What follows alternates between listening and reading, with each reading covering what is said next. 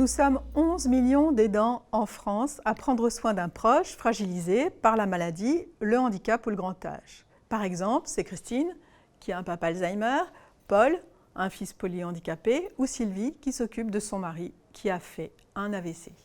L'aidant doit s'occuper des questions liées au quotidien de son proche, organiser le domicile, gérer les questions juridiques, administratives, financières, recruter du personnel et parfois chercher un établissement d'accueil pour son proche. C'est une majorité de femmes qui prennent soin, évidemment, de leurs parents.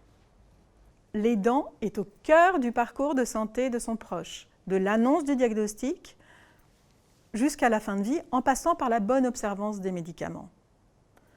Il doit prendre des décisions parfois avec les équipes de professionnels de santé. Il est un véritable co-soignant.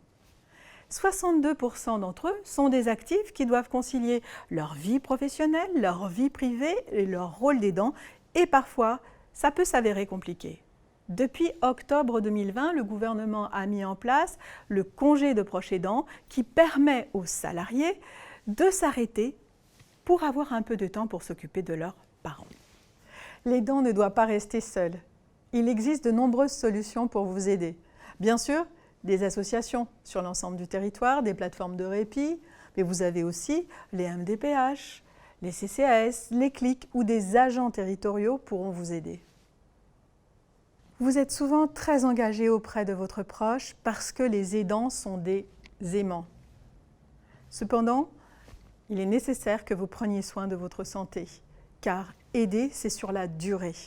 Donc, faites-vous aider par des aides à domicile, rencontrez des professionnels de l'aide psychologique, peut-être rejoignez des associations de patients ou alors mettez-vous en réseau avec d'autres aidants pour profiter de leur expérience et de solutions très pratiques.